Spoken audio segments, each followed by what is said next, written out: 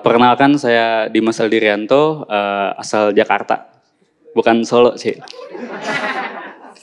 Oke, ini saya tertarik kepada term dari artificial ini sendiri, yang mana itu yang saya pahami itu kan adalah sebuah buatan atau kepalsuan yang dibuat untuk menutupi sesuatu, ya kan?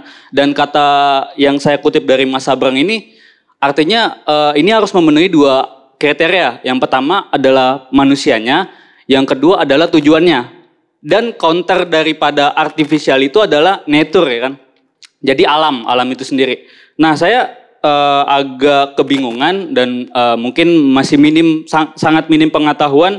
Jadi saya pikir, kalau artificial itu adalah kepalsuan yang dibuat manusia, terus saya kembali lagi kepada, berarti ada nggak sih originalitas daripada manusia itu sendiri gitu? Ada keaslian yang manusia ciptakan gitu? Ya karena yang kita bahkan Indonesia ini kita diskusikan tadi bahwa ini adalah buatan, ya kan? Yang dibuat-buat, padahal ini adanya kepalsuan gitu kan, yang ditutupi. Nah, itu pertanyaan yang pertama. Pertanyaan yang kedua ini terkait masalah kecurigaan. Jadi curiga itu kan sistem sensori kita untuk bertahan hidup. Nah, belakangan ini saya was-was, curiga, tiap hari itu nggak ada berita yang mengenakan gitu loh. Jadi bahkan sampai di titik dimana baca berita itu udah, ini emang pasti nggak enak lah setiap harinya, ya kan? Terus di diskusi tadi itu bahwa kecurigaan itu harus dijawab. Kalau nggak dijawabkan itu akan menimbulkan overthinking gitu ya. Nah, masalahnya banyak kecurigaan-kecurigaan yang saya alami justru tidak terjawab gitu. Jadi bagaimana, apa itu harus ditinggalkan saja untuk menghemat energi atau justru ada cara-cara yang lebih efektif untuk menyalurkan energi kewaspadaan itu sendiri. Ya mungkin cukup sekian. Terima kasih. Wassalamualaikum warahmatullahi wabarakatuh. Apakah kita dipaksa dibuat untuk bodoh terus menerus? Terakhir kemarin saya minta jenengan nonton itu ya, Rules for Rulers. Ya. Di situ jawabannya kelihatan. Sebenarnya nggak make sense negara demokrasi itu membuat rakyatnya untuk menjadi bodoh. Karena semakin banyak yang pintar, semakin banyak produktif, pajaknya semakin banyak, pemasukan negara semakin besar. Tapi itu kalau pemimpinnya paham. Problem di pemahaman saya negara maju itu 3 komponen aja. Saya pernah ngomong berkali-kali. Meritokratis, pragmatisme, sama honesty, kejujuran. Ini nyambung sama ini tadi. Meritokratis artinya yang memang capable itu yang megang kekuasaan lebih lebar karena dia memang capable. Ini kalau kita tahu dibohongin dalam tanda petik, itu artinya yang bohong nggak pinter-pinter amat. Berarti memang tidak meritokratis yang terjadi. Jadi kalau tadi menjawab tentang apakah kita dipaksa untuk bodoh, kalau memang perilakunya kemudian seperti itu, ini bukan strategi yang baik untuk negara, tapi strategi yang baik untuk dirinya. Dia tidak lagi bodoh, tapi satu langkah lagi menjadi jahat, kan gitu. Nggak cuma bodoh dia, udah selangkah lagi, jahat itu. Karena membodohkan generasi, efeknya adalah negaranya semakin lemah. Apalagi negara demokrasi. Ya kemarin kan saya ngomong agak waspada sedikit bahwa negara demokrasi itu penting untuk membangun pendidikan, penting untuk membangun rumah sakit agar banyak agar banyak populasinya yang produktif, pinter-pinter, semakin banyak pendapatannya, semakin banyak pajaknya, pemasukan negara semakin besar, itu make sense. Beda strateginya kalau dia otoritarian, nggak peduli. Pokoknya apalagi otoritarian yang negaranya punya sumber daya alam banyak. Itu yang saya takutkan. Kenapa? Kalau sebuah negara punya sumber daya alam yang sangat banyak, dia nggak perlu bikin pinter rakyatnya, karena dia bisa ngambil duit dari sumber daya alamnya. Critical thinking ini. Apa yang terjadi belakangan ini? Jangan-jangan kita otoritarian. Kan gitu jangan-jangan ini. Ciri lainnya adalah demokrasi itu menghasilkan meritokratis. Kalau menghasilkan loyalitas itu otoritarian. Karena yang naik adalah yang loyal sama dia. Asal pernah jadi relawan, menteri pun dikasih kan gitu.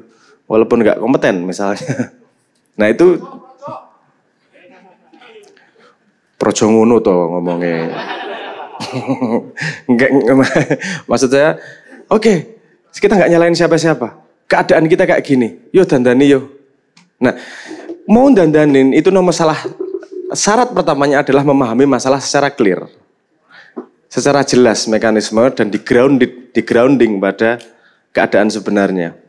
Karena kalau kita cuma tebak-tebakan, ngerasain masalahnya, terus kemudian mengira-ira, efeknya juga outputnya, langkahnya tidak akan sistematis. Gimana untuk membangun critical thinking? Itu sebenarnya cuma bertanya, ini tadi, why?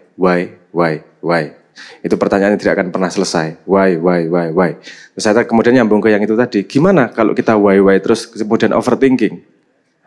Ini bedanya artificial intelligence sama real intelligence. Anda pernah di sini pakai artificial intelligence? ChatGPT, Cloud, Llama dan seterusnya. Anda pernah bisa bikin dia ngomong nggak tahu?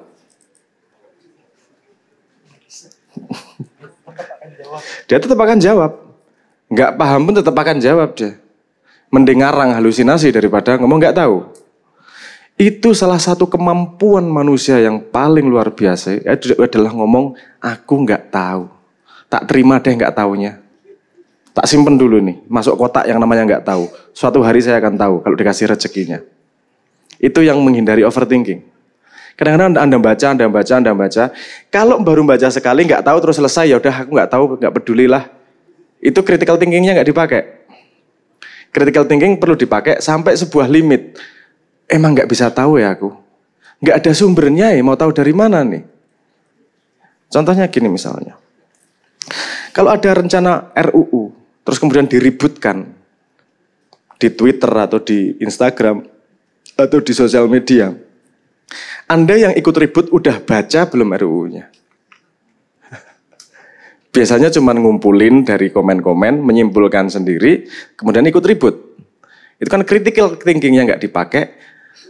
Terus ada yang kemudian nggak peduli, ada yang kemudian ikut ribut tanpa tahu masalah sebenarnya. Ini yang dilema negara sebenarnya, dilema dari demokrasi. Free speech itu boleh, wajib dalam demokrasi free speech. Tapi dari sudut pandang pemerintah, free speech itu juga ada yang namanya noise, ada yang namanya voice. Kalau semuanya noise, ngomong tanpa ada kompetensi, kita kan artificial intelligence Indonesia. Tahu segala tahu pokoknya intinya di sosial media. Enggak ke akar masalahnya, enggak benar-benar paham. Jadi orang-orang yang benar-benar paham seperti beliau, tak puji loh gue. Orang-orang yang paham seperti beliau jadi tenggelam di noise orang-orang yang tidak paham. Bagi dia, bagi beliau yang misalnya ahli di bidangnya ngomong tidak didengarkan, saya marah bersama dia. Loh, perlu didengerin memang orangnya ahli ini. Tapi sebagai pemerintah, ini juga saya ngomong netral ya, sebagai pemerintah misalnya, ini juga pusing mau dengerin yang mana sih ini? Siapa yang ahli sih? Siapa yang cuma cangkeman sih? Siapa yang memang peduli sama Indonesia? Siapa yang adalah bagian dari musuh politiknya? Itu kan noise-nya luar biasa kayak gitu itu. Saya sudah hampir 5 tahun lebih saya mengusulkan kepada pemerintah untuk membuat mekanisme agar bisa memilah antara voice dan noise di Indonesia. Karena voice tidak boleh, input untuk pemerintah itu harus didengarkan. Tapi dari 1000, itu misalnya yang kompeten 10, oke, kamu harus bisa menemukan 10 ini yang mana. Jangan strateginya terus 1000-1000-nya dimatikan. Kalau 1000-1000-nya tidak dipedulikan, endingnya kan seperti gini, bom waktu nih kita nih. Nggak didengarkan kok kita, kan gitu. Dan ada lagi urusan sama bahasa itu tadi. Karena bahasa Indonesia itu memang mengandung banyak ambigu. Kalau nggak salah 124 ribuan kosakata di Kamus Bahasa Indonesia. Kalau nggak salah ya, bisa sangat salah ini. Jadi memang kosakata kita sangat sedikit untuk bisa menyampaikan ide, gagasan. banyak ambigu dalam bahasa Indonesia. Kata serapan pun banyak salah artinya. Fitnah, artinya apa? Tuduhan. Padahal bahasa Arabnya artinya cobaan. Misalnya kayak gitu tuh. Banyak yang kita salah menggunakan kosakata dari akarnya. Itu bukan selalu negatif. Tapi bahasa kita tidak dituning, tidak efektif untuk ngomong serius dan detail. Tapi bahasa kita sangat enak untuk ngomong sastra dan bercanda. Karena ambigu. Jadi hidup di Indonesia itu hangat. Tapi tidak ada filosofer yang lahir dari, ada filosofer. Maksudnya tidak ada, misalnya gini. Jerman itu tidak ada komika terkenal. Setahu saya. Karena bahasanya dituning untuk presisi. Tapi kemudian ilmu lahir dari sana banyak. Di Indonesia ini hangat banget hidupnya. Untuk hidup ketawa-ketawa tuh menyenangkan banget. Karena memang bahasanya didesain untuk sastra, seni, humor dan seterusnya. Tapi ketika kita ngomong detail sedikit, kita harus adopsi kosakata. Padahal kosakata yang bisa diadopsi sangat banyak. Nah, lihat perkawinan ini tadi. Padahal bahasa itu di Islam, oke, saya cancel kristenisasinya ya. Di Islam loh, lihat nih. Dengan bahasa kayak gini kita ngomong Kristen dan Islam bisa ketawa semua. It's okay, kita tuh memang nature-nya kan gini. Kita paham batas, kita tahu mana guyon, konteksnya jelas, kita nggak terus kemudian sangat sensitif. Yuk, beliau ngomong itu ambil Indominya di belakang. Itu ada kalangan tertentu yang marah itu kemudian kayak gitu tuh. Kalau kita ya ngakak-ngakak aja. Bahkan kalau ada Indomie beneran saya yakin diambil dan nggak ada yang pindah agama. Yakin saya. Are-are. Itu nature kita tuh seperti ini memang. Kita menyelesaikan masalah dengan tertawa. Kita menyelesaikan masalah dengan ngobrol ringan. Lihat kalau di kumpulan Anda di perusahaan kayak di mana kayak obrolan produktif itu di warung kopi ngerokok sama ngakak-ngakak, bukan di kantor ketika duduk serius. Kenapa? DNA kita seperti itu, original kita seperti itu. Saya Islam tadi mengatakan kalau di Islam nih manusia pertama Adam itu diajarkan kata-kata dan mampu menyebutkan nama-nama. Diajarkan nama-nama dan mampu menyebutkan nama-nama. Itu kalau di dunia sains namanya homo symbolicum. Manusia yang mampu menyimbolkan sesuatu menjadi kata-kata. Nah, simbol itu kan dunia abstrak tuh. Dunia abstrak. Semakin banyak benda di dunia abstrak, semakin banyak yang bisa diolah. Karena kita sedikit yang bisa diolah, kita tadinya ya hidupnya bercanda kayak gini nih. Guyon-guyon kayak ini bukan berarti tidak bisa produktif loh. Kita bisa produktif, tapi arah dan alurnya berbeda. Kenapa Indonesia kemudian senang banget ngobrol? Jadi capitalnya Twitter dan seterusnya. Karena nature-nya memang senang ngobrol. Tapi di situ juga gini, kehidupannya jadi hangat. Tidak ada kehidupan sehangat Indonesia. Ngobrol racetau gini sampai jam 1 siang, 1 malam, jam 2 malam ya nggak ditangkap polisi. Ya ketawa-ketawa, hahi ngomong hal-hal sensitif. Hanya jalan komika nih yang bisa ngomong hal-hal yang sensitif menjadi kita tertawa kan jadi natural dengan setting seperti itu. Maksudnya kemudian hidup di Indonesia itu sangat hangat, sangat enak. Tapi itu problemnya kemudian tidak bisa membedakan mana noise, mana voice. Sistem pendidikan itu salah satu fungsinya adalah untuk membedakan mana voice, mana noise. Kita bingung 1000 orang yang ngomong, oke, kalau dia insinyur, kalau dia PhD, lebih kita dengarkan daripada yang lain. Loh, itu wajar, Anda nggak bisa dengerin 1000 orang, 1000 suara sekaligus. Ada prasmanan 1000 aja kamu bingung milihnya kok. Artinya kita, kalau secara sains itu kita optimal cuman pada pilihan 6 pilihan. Lebih dari itu random, mesti, males. Kalau 1 kita marah, kalau nggak ada pilihan marah, kebanyakan pilihan jadinya random. Oke, balik itu tadi bahwa saya lali aku ngomong-ngomong. Homo symbolicum, kaduan ngomong apa yang mundur kejauhan. Bahwa bahasa kita tuh baik untuk ngobrol tapi tidak pas untuk bahas sesuatu yang detail dan serius. Ini tadi saya ngomong tentang pendidikan. Pendidikan digunakan untuk memfilter mana yang patut didengarkan, mana yang tidak. Tentu untuk urusan politik seharusnya dan peraturan beliau lebih didengarkan daripada saya. Walaupun saya artis yang lebih terkenal, misalnya kan gitu. Tapi beliau lebih expert di situ. Tentu beliau harus didengarkan. Tadinya sistem pendidikan itu salah satu fungsinya adalah untuk memfilter seperti itu. Kita rusak sendiri kok. Kalau kemudian jenjang pendidikan bisa dibeli, ya filternya kita nggak jadi lagi. Kita sudah tidak punya cara untuk melihat siapa yang kompeten, siapa yang tidak. Karena sistem filter dasar itu sudah tidak berguna. Mumet ngomong Indonesia itu. Karena semua komponennya ini sudah dikorupsi. Kalau Anda mau, ini PR untuk berikutnya ya. Anda yang cari yang namanya Goodhart's Law. Itu yang berlaku di semua lini Indonesia kesalahannya. Goodhart's Law. Itu hukum yang mengatakan begini. Kalau Anda punya tolak ukur, dan tujuan adalah untuk mencapai tolak ukur, itu tolak ukur itu nggak ada gunanya lagi. Paham maksud saya? Kalau Anda punya KPI, tujuan hidup Anda mencapai KPI, nggak ada gunanya lagi itu KPI. Karena dia jadi tujuan. Sebenarnya KPI itu efek samping dari pekerjaanmu. Ini contoh lucunya ada di Rusia ini.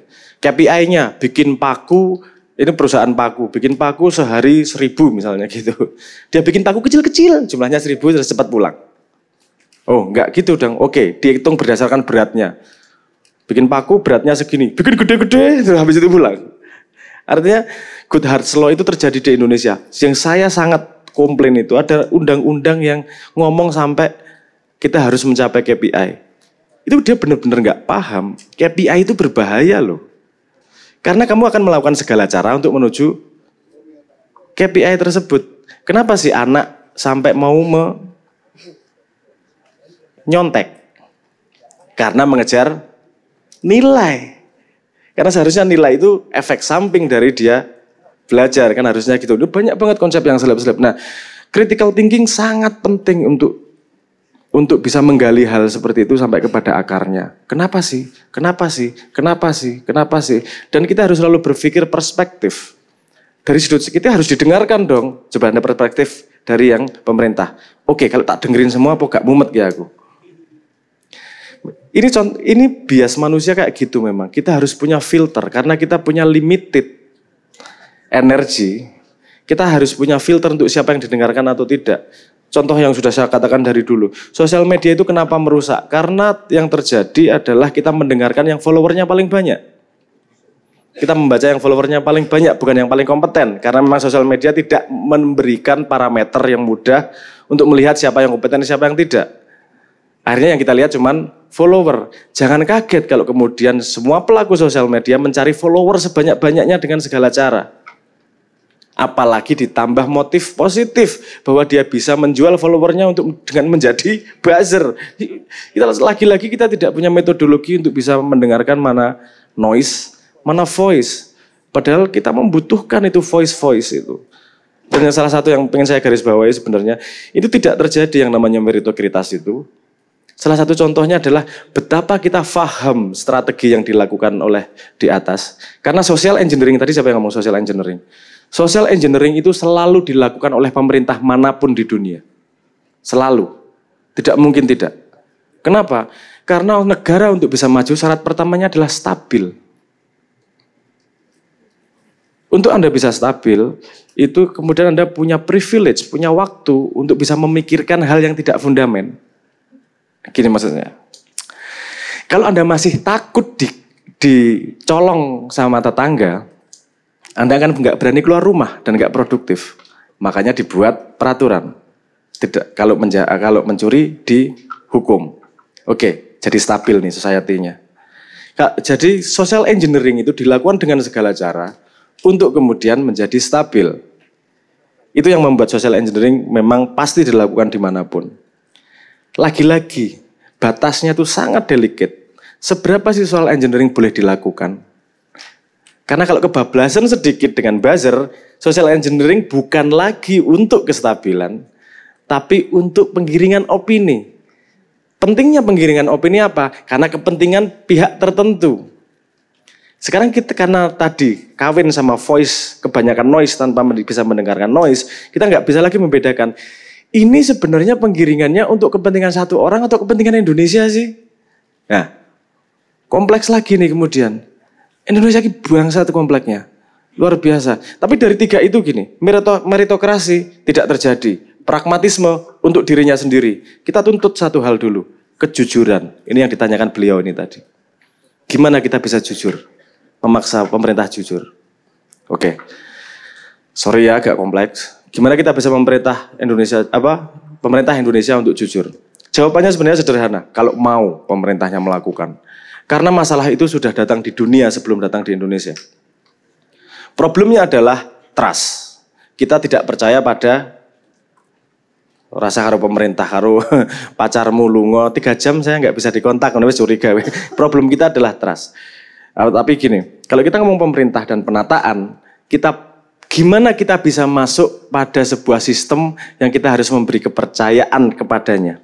Dan kita nggak bisa melakukan itu, karena kita sudah tidak percaya setting dengan pengalaman seperti ini. Seharusnya, kalau kita sudah menyerahkan kepercayaan, dia memberi balian kepada kita dengan menjadi transparan, menjadi jujur. Karena kita kan memilih pemimpin yang memberi kepercayaan. Etikanya adalah dia jujur kepada kita karena kita sudah percaya. Tapi kan etika sudah tidak bisa diandalkan, lahirlah yang namanya decentralized system. Gini, trustless system. Trustless itu tidak perlu, sebuah sistem yang kamu tidak perlu percaya siapapun di dalamnya. Itu dasar pembuatan teknologi yang namanya blockchain. Yang kemudian menjadi kripto itu loh. Itu salah satu implementasinya adalah cryptocurrency. Walaupun implementasinya sebenarnya sangat banyak. Tapi itu solusi ketika banyak masyarakat penduduk di dunia tidak percaya lagi pada sistem perbankan. Kalau kita taruh duit di situ, kita tahu dari mana kalau bahwa duitnya tidak kamu gandakan. Orang yang tahu catatannya kamu kok. Gimana saya bisa masuk pada sebuah sistem yang saya tidak percaya? Dibuatlah sebuah sistem, trustless system yang disebut sebagai blockchain. Oke, kalau pemerintah mau membuat sebuah sistem di mana itu level trustnya seperti blockchain dan kemudian di-open kepada masyarakat, masyarakat yang tidak percaya itu artinya dia tidak mau riset. Oke, berarti bukan lagi salahnya pemerintah. Dia sudah membangun cara untuk bisa menjadi jujur. Bahwa masyarakatnya tidak mau membaca atau tidak mau riset, itu salahnya masyarakat. Tapi itu juga bisa dibantu. Sistem yang begitu kompleks ditemenin sama AI, wis gampang jadian.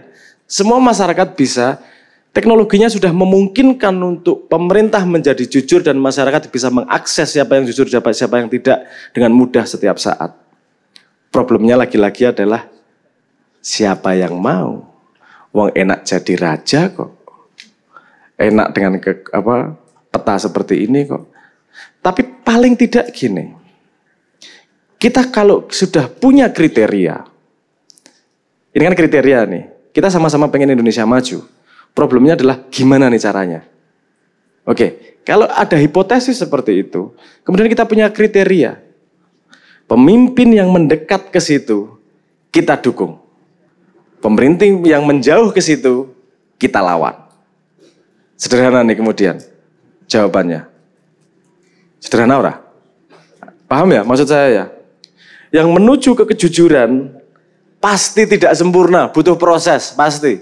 Pasti ada di tengah jalan, change system itu selalu menghasilkan kegoyahan, selalu. Karena raja yang lama tidak mungkin mau digoyah. Pasti pengen kekuasaan itu manis. Kekuasaan itu manis, sangat tidak mau ini. Ya aku nggak ngomong raja yang paling raja, semua ini raja-raja kecil yang dapat manfaat dari raja besar itu pasti nggak ada yang mau sistem berubah. Kenapa? Karena dia di atas. Kita sebagai rakyat bukan kita pengen di atas, kita pengen makmur bareng. Ayo toh kalau makmur bareng se-Indonesia. Jangan kamu makmur tok yang kita yang nanggung akibatnya kan gitu. Anda bisa melihat cirinya kok. Cirinya itu dari kesenjangan sosial. Kesenjangannya seberapa? Indonesia sekarang kesenjangannya kalau nggak salah 5 orang terkaya di Indonesia itu sama dengan 100 juta orang termiskin di Indonesia. Saya tidak iri dengan kaya miskinnya, tapi itu masalah. Dan saya nggak ngomong kita harus rata juga, itu juga berbahaya kalau rata. Kenapa? Karena komunis jadinya. Equal outcome, hasil yang sama dengan pekerjaan yang berbeda, itu berbahaya. Karena menghilangkan motivasi manusia untuk bisa lebih dari yang lain, kan gitu. Tetap harus ada bedanya. Sing usahanya kencang itu harus tetap ada bedanya sama yang malas-malas. Tapi yo lebarnya jangan segitulah. Karena kalau lebarnya segitu berarti ada kesalahan sistem. Ada nek kowe ndelok statistik, maca statistik bunuh diri. Mumet kowe ndelok Indonesia. Ini sistem pendidikan ini tadi. 86% mahasiswa Indonesia bekerja tidak sesuai dengan jurusan yang diambil. Artinya ini wasting ini. Karena tidak ada konversi dari pendidikan menjadi pekerjaan. Kalau kuliah Asuh. Kalau kuliah belinya buku filsafat, kalau udah lulus belinya buku cara melihara lele itu standar. Hidup dari mimpi dan hidup ngadepi kenyataan kan gitu kemudian. Saya ini bingung ngomong itu dari sisi mana. Karena ini satu sama yang lain itu berhubungan. Statistik ini berhubungan semua. Dan kita tidak bisa menemukan satu titik masalahnya di sini. Ini semua berhubungan. Satu sama lain ini berhubungan. Dan mohon maaf, nasibmu kayak gini karena tidak mungkin systemic problem yang disebut sebagai wicked problem ini datang dari satu masa.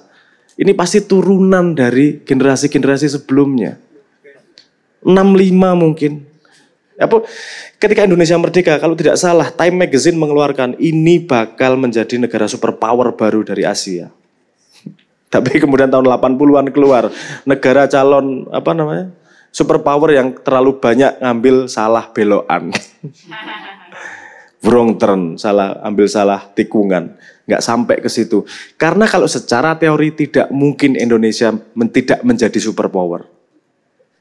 Tidak mungkin. Sumber daya alamnya, posisinya, gak mungkin kita gak jadi superpower itu. Kalau melihat teori, sumber daya bumbunya, problemnya adalah sing masak, itu untuk dia sendiri, masaknya, bukan untuk rakyat Indonesia. Itu masalah. Pasal 33, apa aja? Pasal 33? Bumi dan air. Bumi, air digunakan untuk kekayaan masyarakat. Problemnya nggak ada udara, makanya ya Starlink masuk ya nggak ada yang bisa ngelawan. Teknologi. Ya, kamu jelaskan. Itu expertmu. Kalau aku ngomong nanti jadi dosen aku. Wes tak jawab tadi ya, critical thinking tadi ya. Biasakan bertanya why, tapi nyambung sama itu tadi yang pertanyaan ketiga tadi. Tahu kapan untuk berhenti. Ada titik. It's okay not to know. It's okay untuk tidak tahu.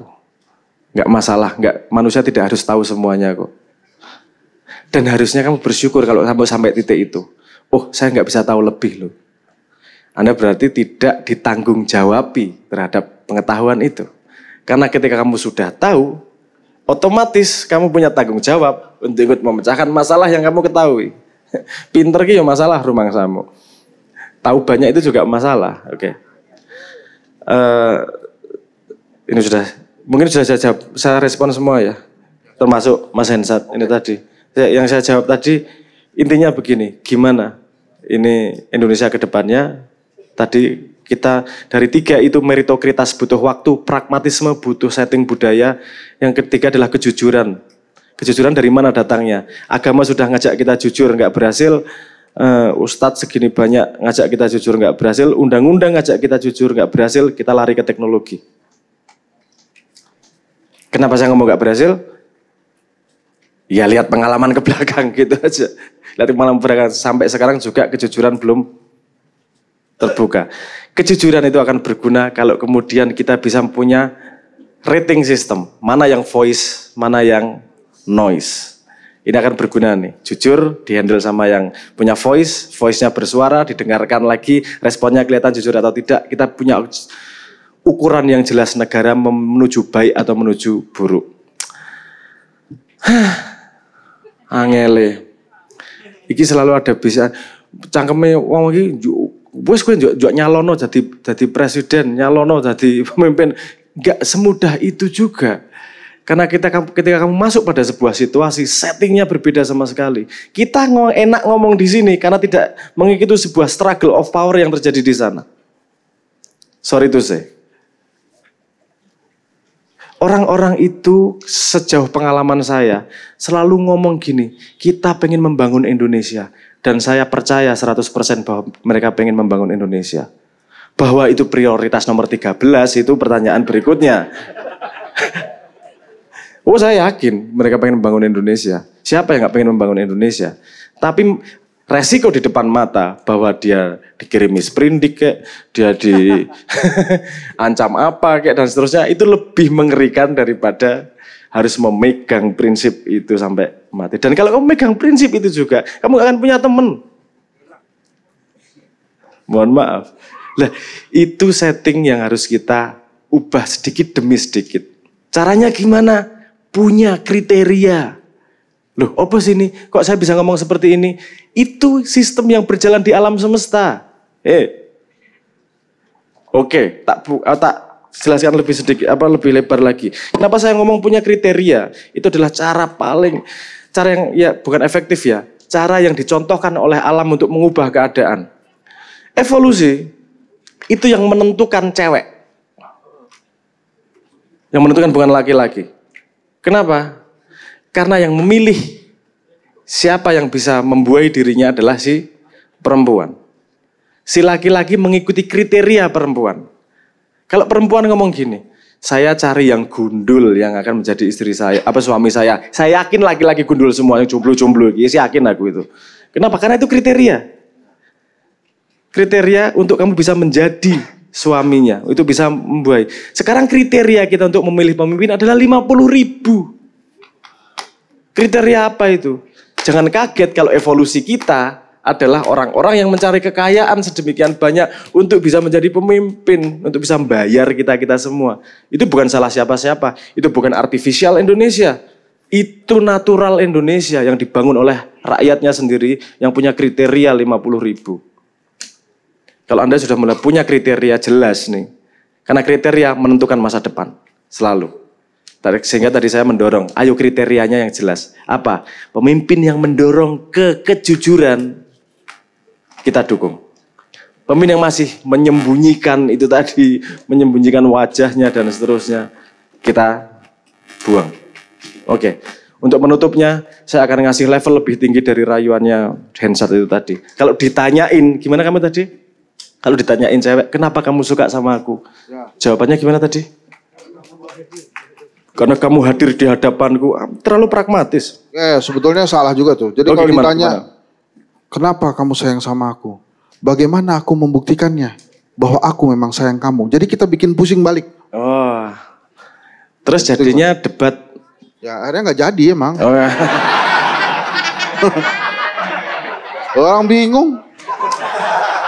Gunakan itu tadi, ambiguitas itu tadi. Gunakan critical thinking-nya. Kenapa kamu sayang padaku? Kenapa kamu pengen jadi pacarku? Kira-kira gimana jawabannya? Banyak macam-macam jawabannya. Gunakan ambigunya. Karena aku lelah menggunakan topeng. Dan aku hanya bisa membuka wajahku sebenarnya ketika aku menemukan rumah. Dan kebetulan kamu adalah rumahku kembali. Bo. Jangan ya dek ya. Loh, ngomong rumah, ngomong top. Ya itu ambigu yang kau manfaatkan untuk membuat sebuah suasana. Matur nuwun. Terima kasih Mas Abrang.